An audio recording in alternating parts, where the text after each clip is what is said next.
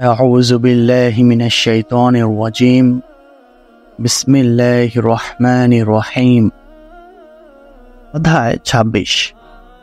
যে ব্যক্তি তার মুসলিম ভাইকে হে কাফির বলে সম্বোধন করে তার ঈমানের অবস্থা। হাদিস ১১৮। আবু বকর ইবনু আবু শাইবাহ রাহমাতুল্লাহ ইবনু উমর রাদিয়াল্লাহু আনহু বলেন যে নবী সাল্লাল্লাহু আলাইহি ওয়াসাল্লাম বলেছেন, কোনো ব্যক্তি তার ভাইকে কাফির বলে আখ্যায়িত করলে সে কুফরি, তাদের উভয়ের কোনো একজনের উপর অবশ্যই ফিরে আসবে। হাদিস ১১৯। ইয়াহইয়া ইবনু ইয়াহইয়া আত-তামিমি, ইয়াহইয়া ইবনু আইয়ুব, কুতাইবা ইবনু সাঈদ এবং আলী ইবনু হুজর রাহমাতুল্লাহ ইবনু উমর রাদিয়াল্লাহু আনহু বলেন যে রাসূল সাল্লাল্লাহু আলাইহি ওয়াসাল্লাম বলেছেন, কেউ তার ভাইকে কাফির বলে সম্বোধন করলে উভয়ের একজনের উপর তা ফিরে আসবে। যাকে কাফির বলা হয়েছে সে কাফির হলো তো হলোই, নতুবা কথাটি বক্তার উপরই ফিরে আসবে। অধ্যায় ২৭। জেনে শুনে নিজের পিতাকে অস্বীকারীর ঈমানের অবস্থা। হাদিস ১২০।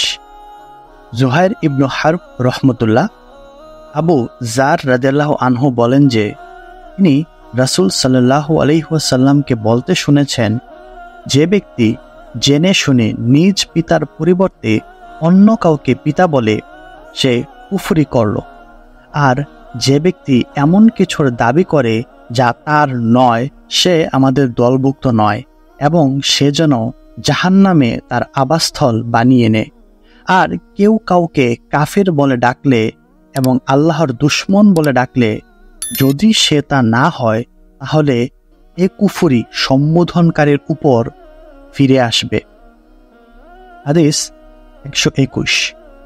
হারুন ইবনু সাঈদ আল লাইলি রহমতুল্লাহ ইয়াক ইবনু মালিক রহমতুল্লাহ এর সূত্রে আবু হুরায়রা রাদিয়াল্লাহু আনহু থেকে বর্ণিত, তিনি আবু হুরায়রাকে বলতে শুনেছেন, রাসূলুল্লাহ সাল্লাল্লাহু আলাইহি ওয়াসাল্লাম বলেছেন, তোমরা নিজেদের পিতৃ পরিচয় থেকে বিমুখ হয় না, কেননা যে ব্যক্তি নিজের পিতৃ পরিচয় দিতে ঘৃণাবোধ করল সে কুফরি করল। হাদিস ১২২। আমর আন নাকিদ রহমতুল্লাহ আবু ওয়াক্কাস রাদিয়াল্লাহু আনহু হতে বর্ণিত, আমার উভয় কর্ণ রাসূলুল্লাহ সাল্লাল্লাহু আলাইহি ওয়াসাল্লামকে বলতে শুনেছে যে ইসলাম গ্রহণের পর যে ব্যক্তি জেনে শুনে নিজের পিতা ছাড়া অন্যকে পিতা বলে মেনে নেয় তার জন্য জান্নাত হারাম। আবু বাকরাহ বলেন, আমিও রাসূলুল্লাহ সাল্লাল্লাহু আলাইহি ওয়াসাল্লাম থেকে এ কথা শুনেছি। হাদিস ১২৩। আবু বকর ইবনু আবু শাইবাহ রহমতুল্লাহ সাদ ও আবু বকর রাদিয়াল্লাহু আনহু উভয়ে বলেন, মুহাম্মদ সাল্লাল্লাহু আলাইহি ওয়াসাল্লাম থেকে আমার দুই কান শুনেছে এবং আমার অন্তর স্মরণ রেখেছে যে তিনি বলেছেন, যে ব্যক্তি আপন পিতা ছাড়া অন্য কাউকে পিতা বলে মেনে নেয় অথচ সে জানে যে সে তার পিতা নয়, তার জন্য জান্নাত হারাম। অধ্যায় ২৮।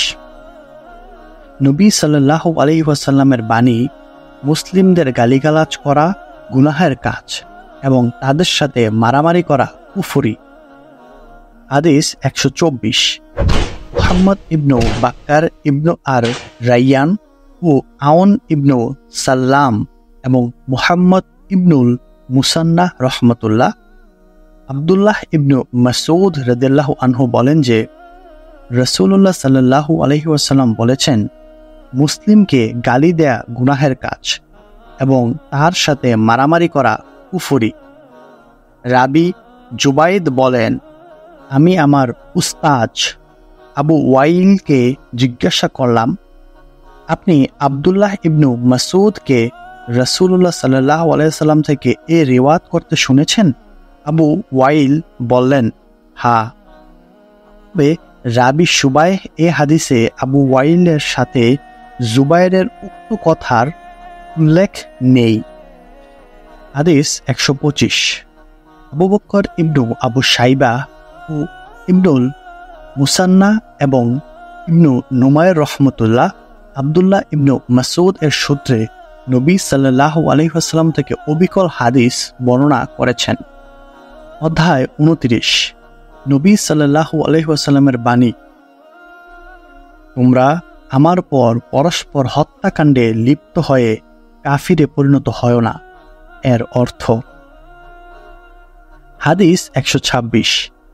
আবু বকর ইবনু আবু শাইবা, মুহাম্মদ ইবনু বাশশার ও উবাইদুল্লাহ ইবনু মুআজ রহমতুল্লাহ জারির রাদিয়াল্লাহু আনহু হতে বর্ণিত, নবী সাল্লাল্লাহু আলাইহি ওয়াসাল্লাম বিদায় হজের দিন আমাকে বললেন, লোকদের চুপ করাও।